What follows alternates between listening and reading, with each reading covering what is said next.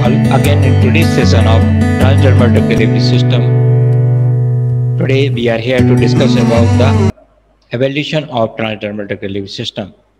So there are various parameters by which we can evaluate the transdermal drug delivery system, in which first one is the physical evaluation. Under the heading of physical evaluation, we observe the film thickness, percentage flatness, folding endurance, tensile strength, and shear strength. Second is the bed variation. Third, drug content. Fourth, moisture content. Fifth, percentage moisture uptake. Sixth, adhesive evaluation. Under the heading of adhesive evaluation, we do the following test. A, test for the peel adhesion test, and B, tag property.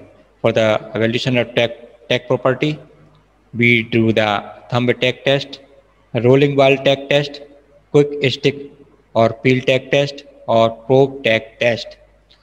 Seventh test is the in vitro drug release evaluation or skin permission study. Next test is the skin uptake and metabolism. Ninth test is the in vivo evaluation, and last one is the cutaneous toxicological evaluation. So these are the various evaluation parameters we can do for the evaluation of transdermal drug delivery system. Now we will discuss one by one. For the physical evaluation, first test is the film thickness test. For the determination of film thickness, we can use the electronic vernier calipers. Electronic vernier callipers का हम use करते हैं, और at the 5 different point of patch, कोई भी patch लेते हैं उसके 5 डिफरेंट पॉइंट पर हम उसकी थिकनेस चेक करते हैं और उसके बाद हम एवरेज थिकनेस को निकालते हैं।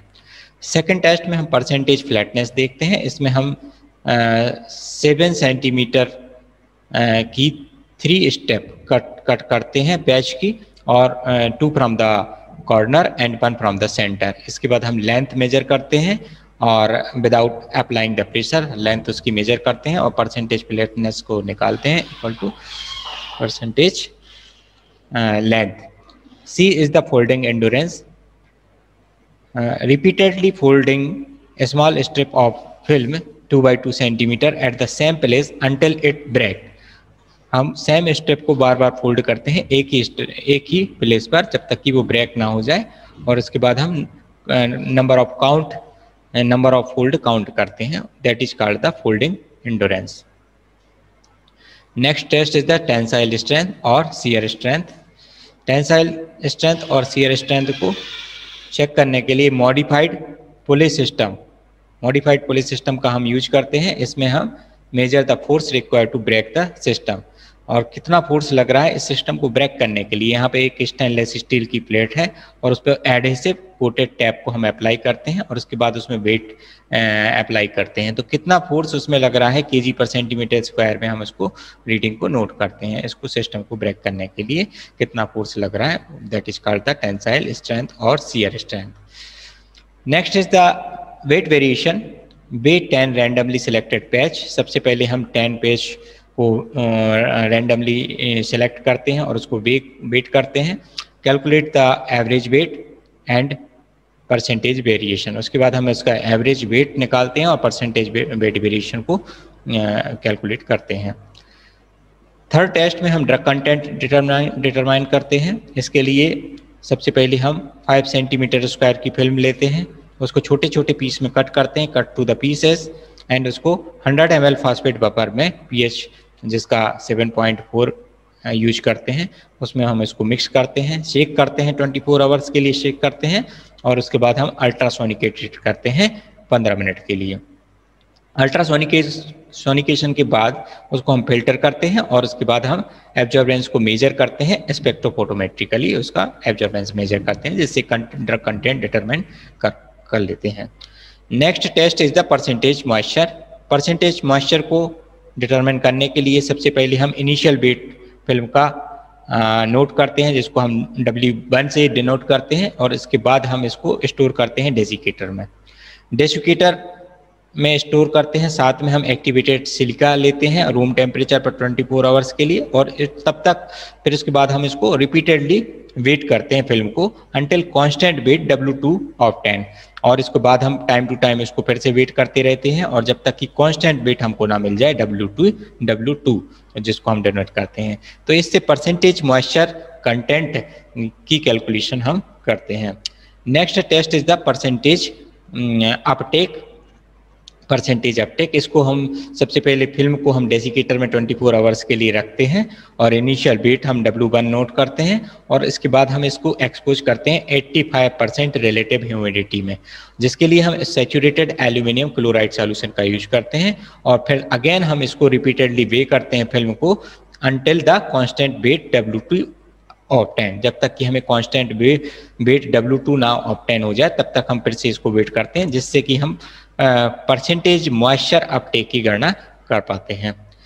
Next test is the adhesive evolution. Adhesive evolution के लिए पील एडिशन टेस्ट का हम यूज करते हैं। Peel adhesion is the force required to remove an adhesive coating from a test substrate is referred as a peel adhesion. Peel adhesion क्या है? किसी adhesive coating को रिमूव करते हैं टेस्ट सबस्ट्रेट और उसको रिमूव करने के लिए कितना फोर्स लग रहा है, that is called the peel adhesion. Peel adhesion property is affected by the molecular weight of adhesive material. Molecular weight adhesive material का क्या है और कितने अमाउंट में एडिसिव मटेरियल को यूज कर रहे हैं और पॉलीमर का कंपोजिशन क्या है, इस पर डिपेंड करता है पील एडिसिव प्रॉपर्टी।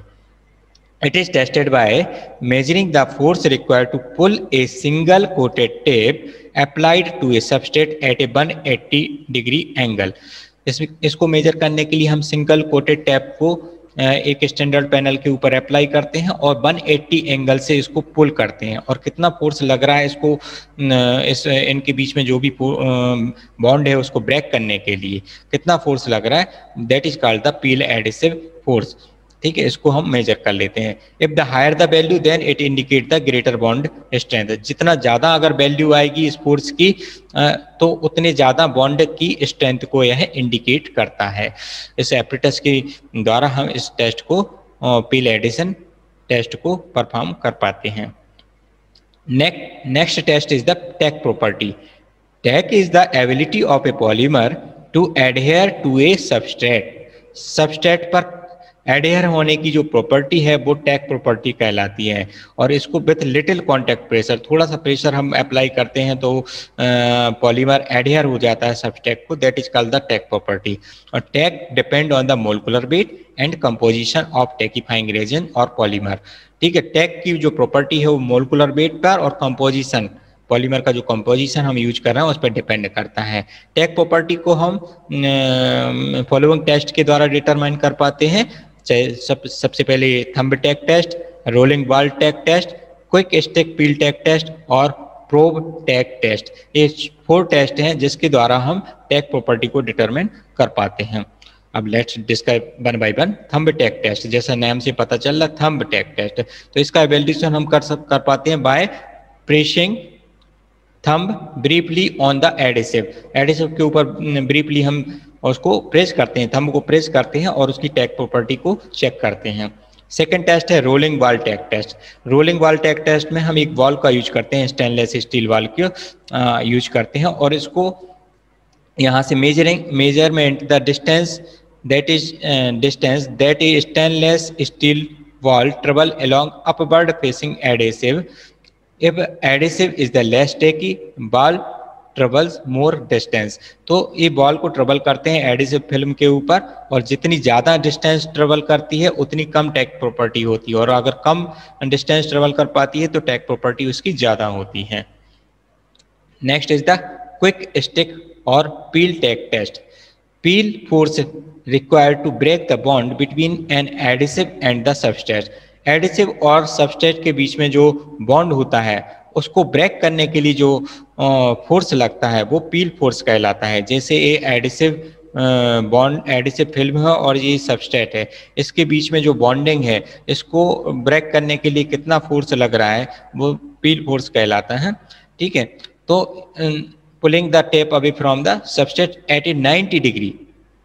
जब हम इसको 90 डिग्री एंगल से पुल करते हैं और इसकी स्पीड जो रहेगी 12 इंच पर मिनट, 12 इंच पर मिनट की स्पीड से 90 डिग्री एंगल से हम जब इसको पुल करते हैं तो उसके लिए जो फोर्स लग रहा है वो पील फोर्स कहलाता है।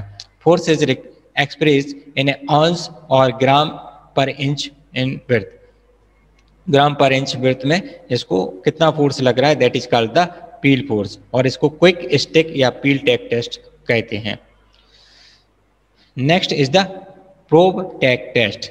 Force required to pull a probe away from a adhesive at a fixed rate is recorded as a tech in gram। इस प्रोब को खींचने के लिए कितना फोर्स लग रहा है, इस प्रोब को सबसे पहले हम एडहेयर करते हैं एडहेसिव फिल्म के ऊपर, और उसको खींचने के लिए, पुल करने के लिए कितना फोर्स लग रहा है, उस फोर्स को यहाँ पे रिकॉर्ड कर लिया जाता है, that is called the probe tack test. Next evolution parameter is the in vitro drug release evolution और स्किन परमिशन स्टडी। इसका क्या इंपॉर्टेंस है, it defining the skin permeability kinetic study using a diffusion cell system and cadaver skin during the drug development process.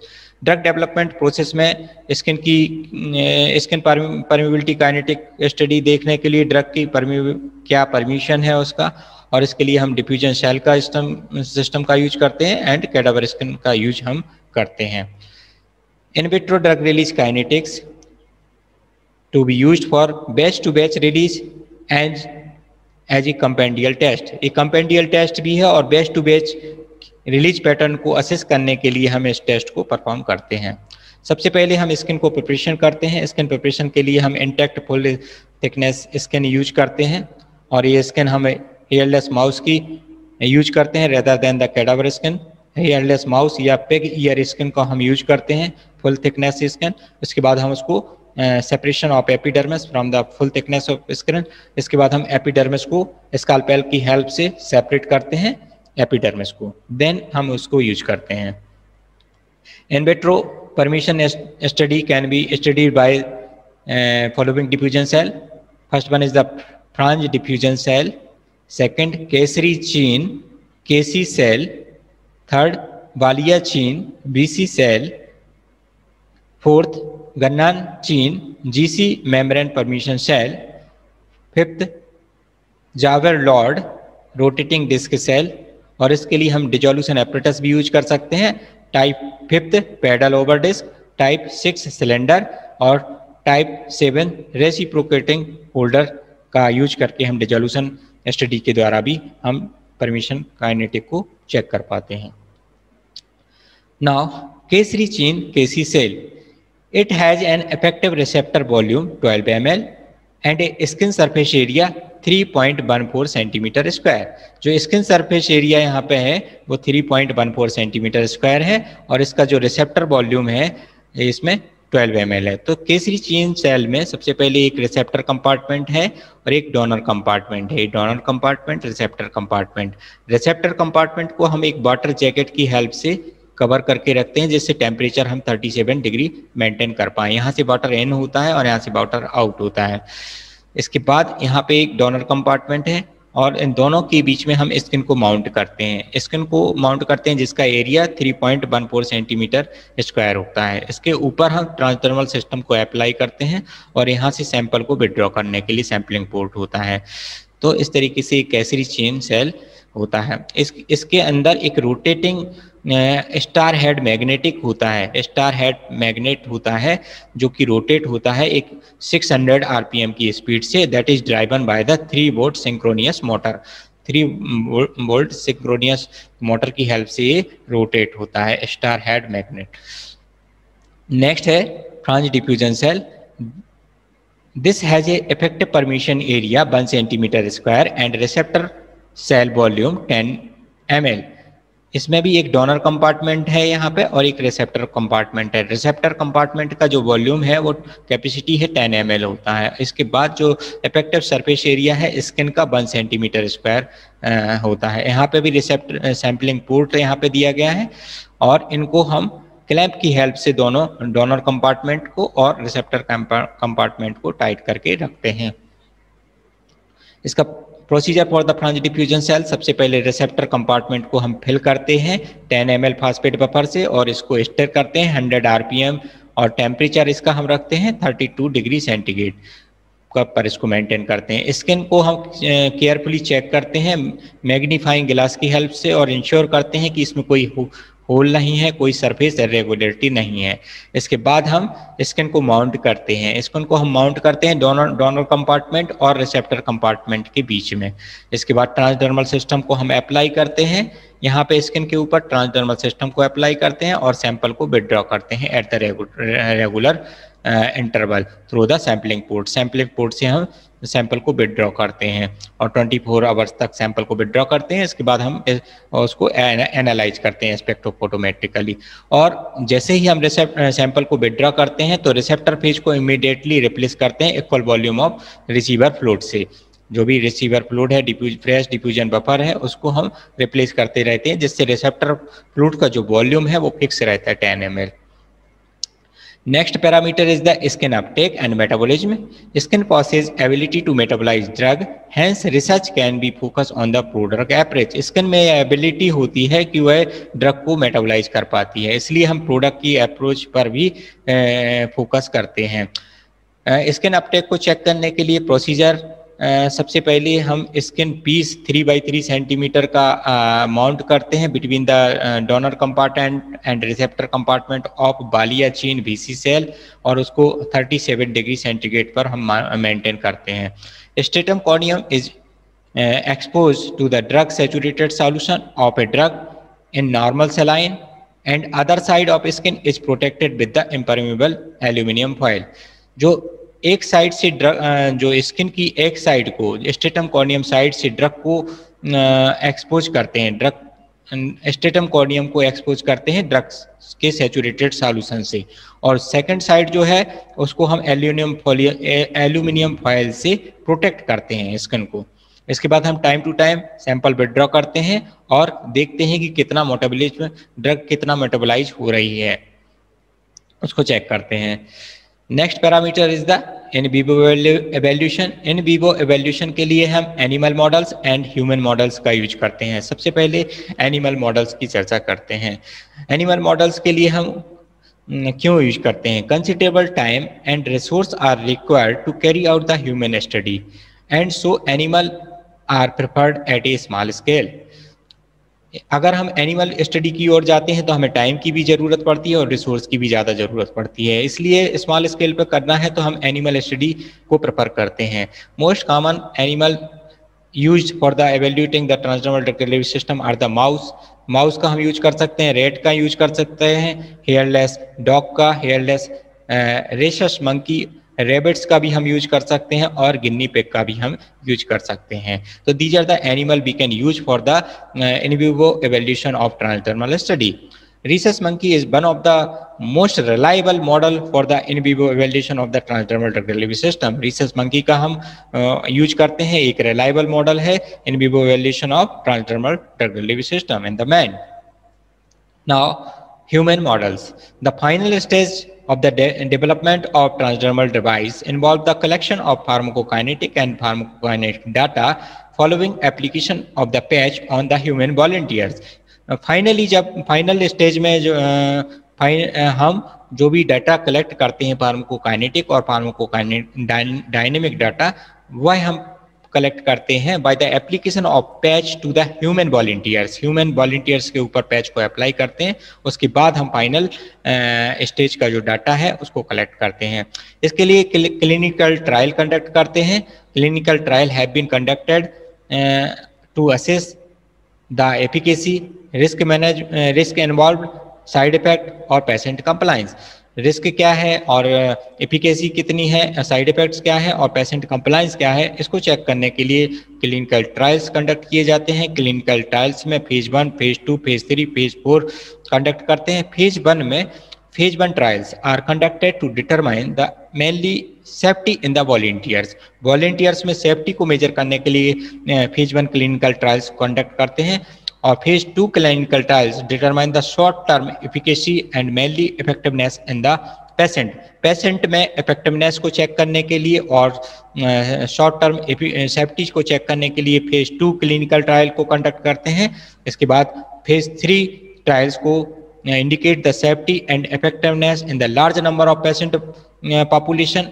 Large number of patient population पे हम phase 3 को conduct करते हैं, जिससे हम उसकी सेफ्टी एंड इफेक्टिवनेस को चेक करते हैं।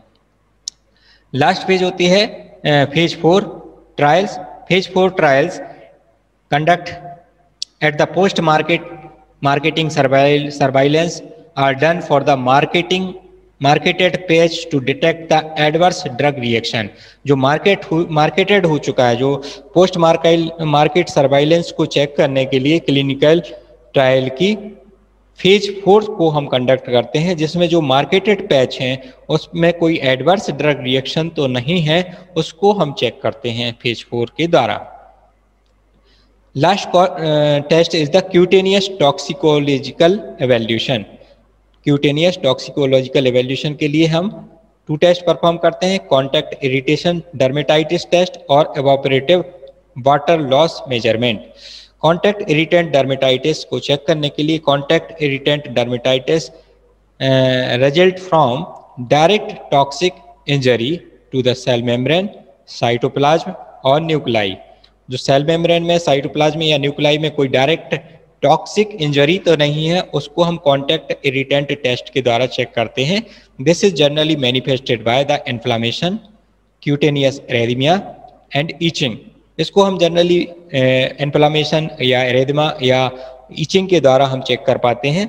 This can occur from the drug, vehicle, absorption enhancer and from the adhesive use to secure the system.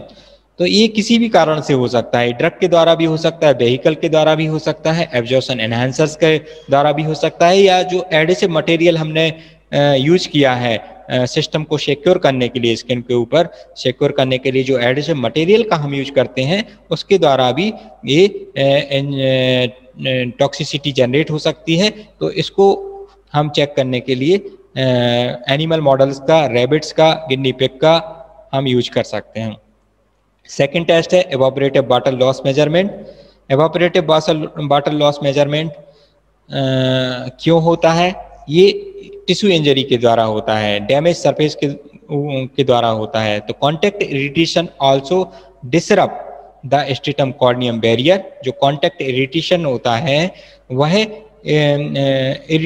Stratum corneum का जो बैरियर है उसको डिसरप्ट कर देता है, जिसके कारण and causes the excessive water loss, जिसके कारण एक्सेसिव वाटर लॉस वहां पे होता है डैमेज सरफेस के ऊपर, और इसको हम मेजर कर पाते हैं एवापोरीमेट्री टेक्निक के द्वारा हम इसको मेजर कर पाते हैं। तो these are the various evolution parameters that we have discussed today for the evolution of transdermal patch. Thank you all and we will continue in the next lecture. Stay safe and healthy.